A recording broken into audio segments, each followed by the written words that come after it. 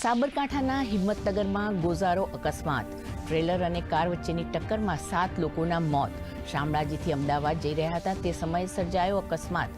તમામ મૃતકો અમદાવાદના રહેવાસી.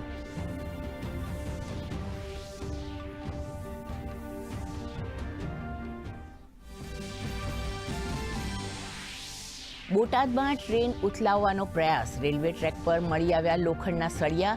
ઓખાથી ભાવનગર જતી ટ્રેનના એન્જિનને પહોંચ્યું નુકસાન. સ્થાનિક પોલીસ અને રેલવેના અધિકારીઓએ શરૂ કરી તપાસ.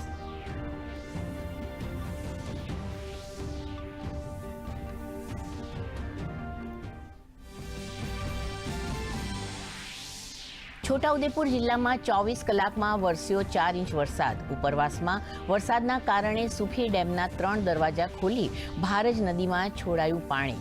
આજથી 4 દિવસ સૌરાષ્ટ્ર અને દક્ષિણ ગુજરાતમાં ભારે વરસાદની આગાહી.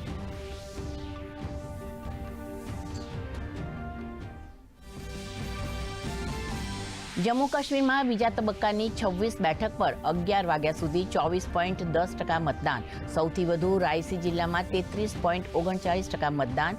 ઓમર અબ્દુલ્લા સહિત 239 ઉમેદવારોના ભાવિનો થશે ફેંસલો.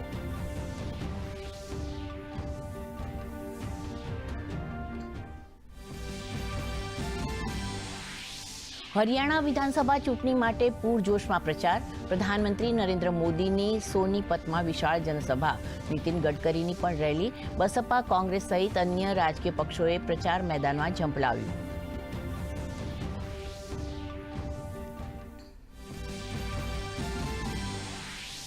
ગ્રેટર નોઈડામાં આજથી શરૂ થશે ઇન્ટરનેશનલ ટ્રેડ શો 2.0. ઉપરાષ્ટ્રપતિ જગદીશ ધનખડ કરાવશે શુભારંભ.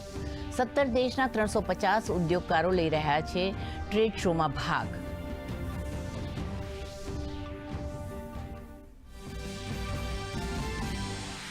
શ્રીલંકાના રાષ્ટ્રપતિનો પદભાર સંભાળતા જ અનુરા કુમારા દિસાનાયકે કરી મોટી જાહેરાત. શ્રીલંકાની સંસદનો કર્યો ભંગ. 14 નવેમ્બરે શ્રીલંકામાં યોજાશે લોકસભાની ચૂંટણી.